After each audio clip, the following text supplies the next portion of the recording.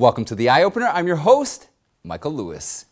A Fox reporter accused the network of muzzling her during a live broadcast. What made the reporter speak out against Fox? Ahead of the Biden-Putin meeting in Geneva, Russia launched its largest military exercises off the coast of Hawaii. The U.S. responded with fighter jets. Illegal immigrants are getting increasingly aggressive in Texas neighborhoods.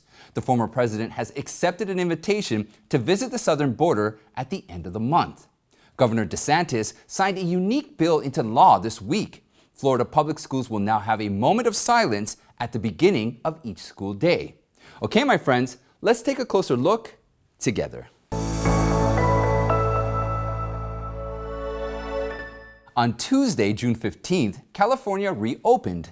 Most businesses are reopening at 100% capacity with no distancing requirements. Fully vaccinated Californians no longer need to wear masks.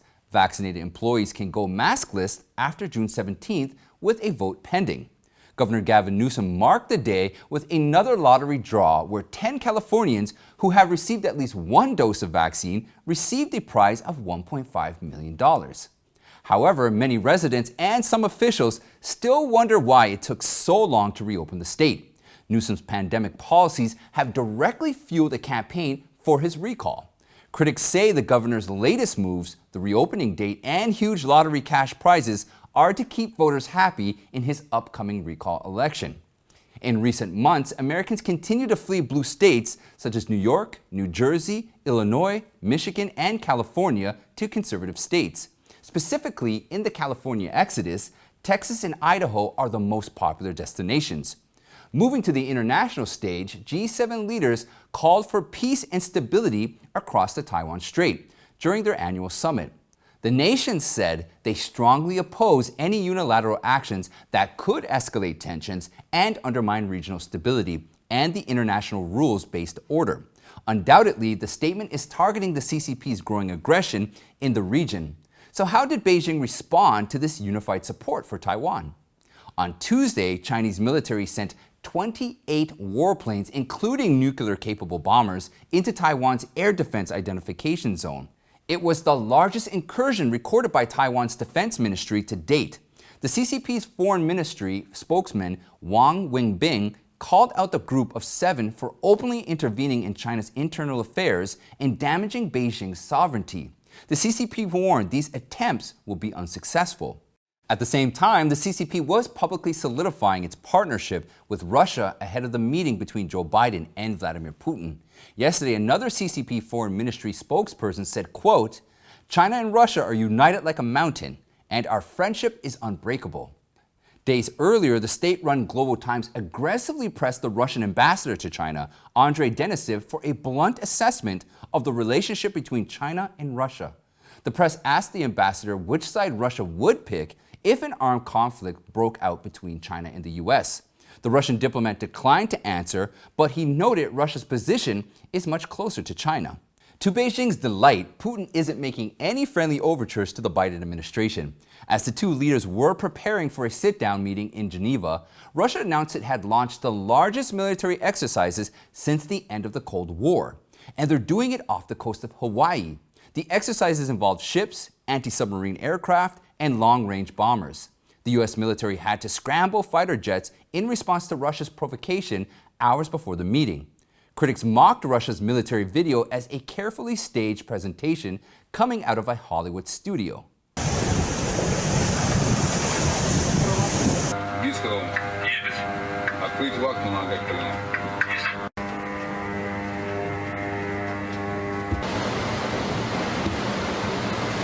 U.S.-Russia relations have been deteriorating for years. They sank further in March after Biden called the Russian president a killer.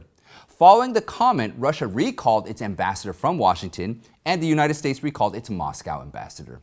Although both sides have said they hope their talk can lead to more stable and predictable relations, Biden and Putin remain at odds over issues ranging from arms control, cyber hacking, to election interference and Ukraine.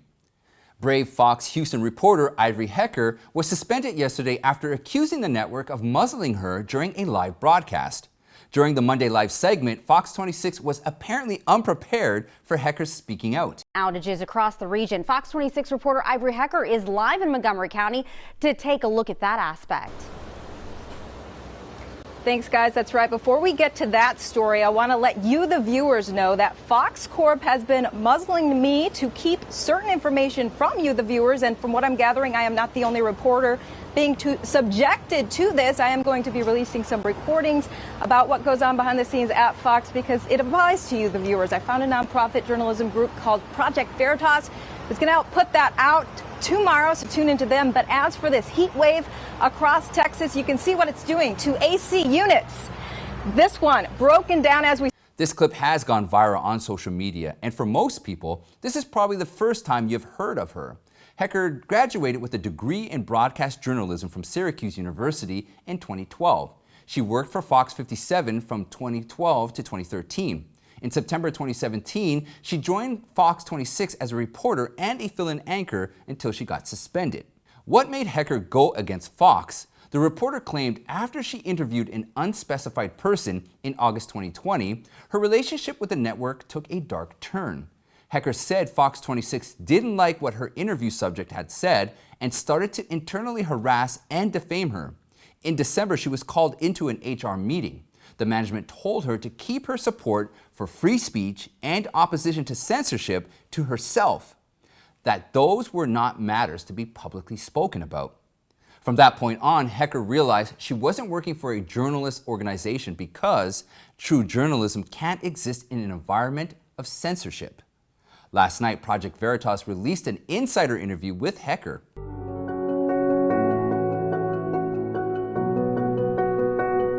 Fox came at my throat for standing up against censorship. Fox Corp is prioritizing corporate interests above the viewer's interests and therefore operating in a deceptive way. The incident that triggered the dark turn between Hecker and Fox is likely the interview she made on hydroxychloroquine. Hecker said the corporation has an implicit narrative that all employees are supposed to be aware of. If you accidentally step out of that narrative, or if you don't understand what that narrative is and go your own way, there will be grave consequences. Well, Hecker must have sensed hydroxychloroquine was a restricted topic, but she chose to break that silence last summer. She was also aware of the consequences. That's why she recorded the conversation with her supervisor, Vice President and News Director, Susan Schiller. And this story with Dr. Verone is what proves that. That's a great question, and the answer is yes. We have used it. I mean, we know that it's a drug that has been politicized up to the wazoo. We've used it. We use it with good success. I asked that question because I was getting those tips from the viewers. And that was a story, by the way, that Susan and Lee sent me there to cover the COVID treatments at that hospital. I just wasn't supposed to ask that question. To cease and desist posting about hydroxychloroquine. In my opinion, you failed as a reporter. She's shutting down a news story that's actually happening, and that's just one of many news stories. Many stories have been shut down over the past almost a year. There's more to it. Why did Fox 26 and actually all legacy media go against hydroxychloroquine last year? And why has Fox 26 been an all-vaccine channel? Answers to the two questions are related. According to Hecker, the vaccines are being advertised on TV stations that have been doing one-sided, biased reporting with no coverage on any of the negative side effects. The public should be informed with the complete picture. The network gets paid for advertising, so there's conflict of interest there.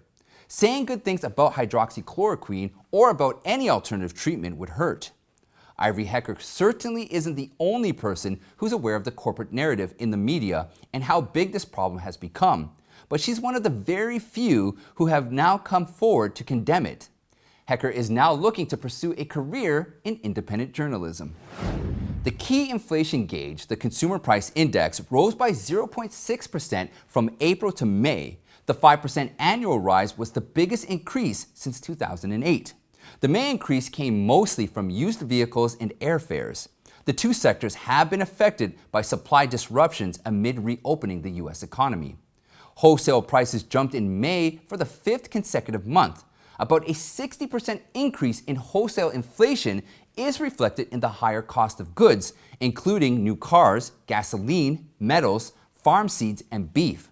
In particular, wholesale food prices surged 2.6%, and the cost of energy rose 2.2%. The rising prices of corn and other farm goods are expected to increase the cost of groceries in the coming months. With unchecked jumbo-sized spending put forward by the Biden administration, the surge in prices will likely continue. If you want to purchase gold as a sound investment to hedge against inflation, let me introduce our sponsor for today's show, American Hartford Gold. American Hartford Gold provides a service to help prepare for inflation. You can purchase physical gold and silver and have it delivered right to your doorstep or into your IRA account, making it extremely easy. They are one of the highest rated firms in the country with an A+ rating from the Better Business Bureau and thousands of satisfied clients.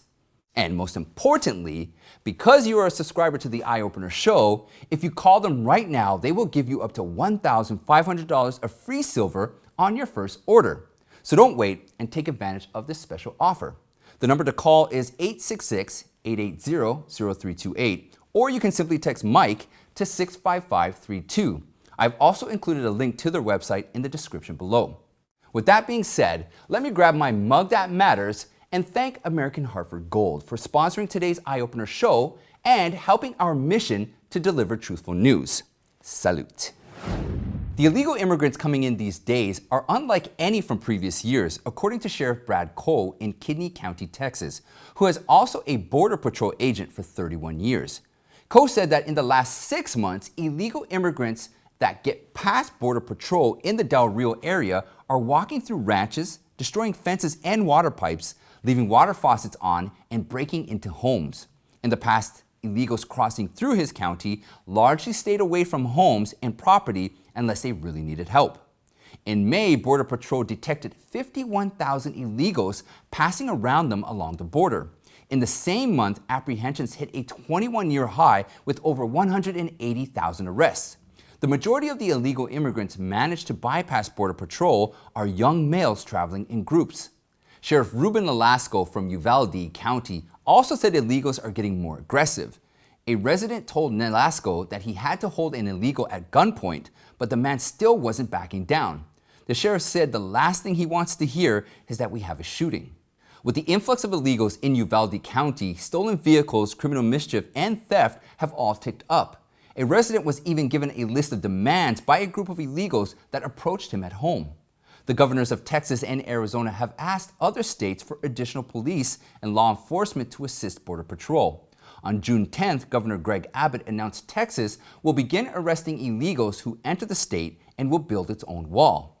Yesterday, former President Trump accepted an invitation to join the Texas governor at the border on June 30th. Trump hopes the visit will shine a spotlight on the crisis and show support to officers of ICE and Border Patrol for their services.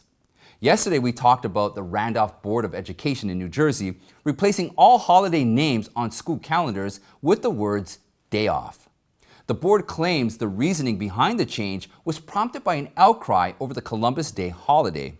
Now, a petition has been launched calling for the immediate resignation of school board members over their extreme decision.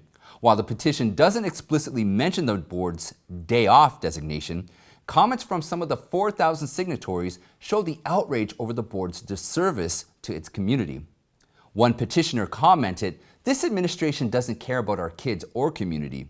They're dishonest and non-transparent in all they do. They're divisive, not inclusive. Now they've canceled our holidays. How will students learn about the significance of these days?" Another wrote, "Instead of focusing on educating children of all ages, the school boards and liberal teachers are determined to enforce their political agenda, as well as indoctrinate kids to hate their own country. This is a huge wake-up call for Randolph families and students. Any school board or teacher responsible for promoting critical race theory must be held accountable." A graduate student said, "I am a graduate and believe there is a very small group trying to impose their beliefs on everyone else." The amount of pushback on the board's decision has proved the students' observation. The best way to combat this anti-American indoctrination in schools is to object and make your voice heard. While red states are passing a flurry of bills to protect the rights of life, Pennsylvania Democratic Governor Tom Wolf vows he will veto every anti-choice bill that comes to his desk. His use of anti-choice instead of pro-life speaks volumes to his stance on abortion. Wolf said, "Whenever an anti-choice bill comes to my desk, I'll veto it." Last week, Wolf stood with representatives from Planned Parenthood and other Democrats at a press conference to push back 3 Republican pro-life legislative measures. One of the bills would ban abortions sought solely due to a diagnosis of Down syndrome. The bill's primary sponsor, Republican Representative Kate Klunk, said every child deserves and has the right to life, and children with Down syndrome are no exception. Yet Wolf argues that Republicans are shaming and criminalizing healthcare decisions. Again, pro-abortion politicians and activists claim abortion is healthcare. It's essentially claiming the decision to terminate a life is healthcare. Parents do have the right to have a baby, but do they have the right to end the life of their baby? Or does anybody have the right to end anybody else's life? If it is healthcare, think about it. It should be healthcare for the unborn baby because it is a new human life. Last week, Florida Governor Ron DeSantis offered his take on politicians who back abortions. The people that aren't supportive of the life cause, they're not people you want to be in a foxhole with on any other political battle as well. Correct. If they don't stand for the most basic right to life, how can you count on them to stand on anything that's based on you having a life? Governor Ron DeSantis has been a pioneer in the nation's conservative movement. On June 14th, he signed a very unique bill into law. The bill requires teachers from kindergarten to grade 12 to provide a minute or 2 of silence at the start of each school day so students can reflect and be able to pray if they want. DeSantis explained that the founding fathers who helped create the country's system of government had a strong connection with God. We think it's something that's important to be able to provide each student the ability at every day to be able to reflect and to be able to pray as they see fit. The idea that you can just push God out of every institution and be successful. I'm sorry, our founding fathers did not believe that. So we have an opportunity here to really protect the religious freedom of everybody who's going to school K through 12 in the state of Florida. The bill prohibits teachers from making suggestions as to the nature of any reflection that a student may engage in during the moment of silence, but encourages parents to talk to their children on how to best use that time. The measure says, in today's hectic society, too few persons are able to experience even a moment of quiet reflection before plunging headlong into the activities of daily life. Our youth and society as a whole would be well served if students in the public schools were afforded a moment of silence at the beginning of each school day. We think implementing a moment of silence is a beautiful and powerful idea. As adults, we also need a moment to take a break from worldly matters, cleanse our thoughts, and reflect every single day. And that's it for today, my friends. Check out this playlist right here for more eye-opening content. You can join me on our Eye Opener Telegram chat room and follow me on Newmaker, Gab, and Parler. Don't forget, please sign up to our email list so that we can stay in contact with each other. I'd like to thank you all, and I'll see you next time.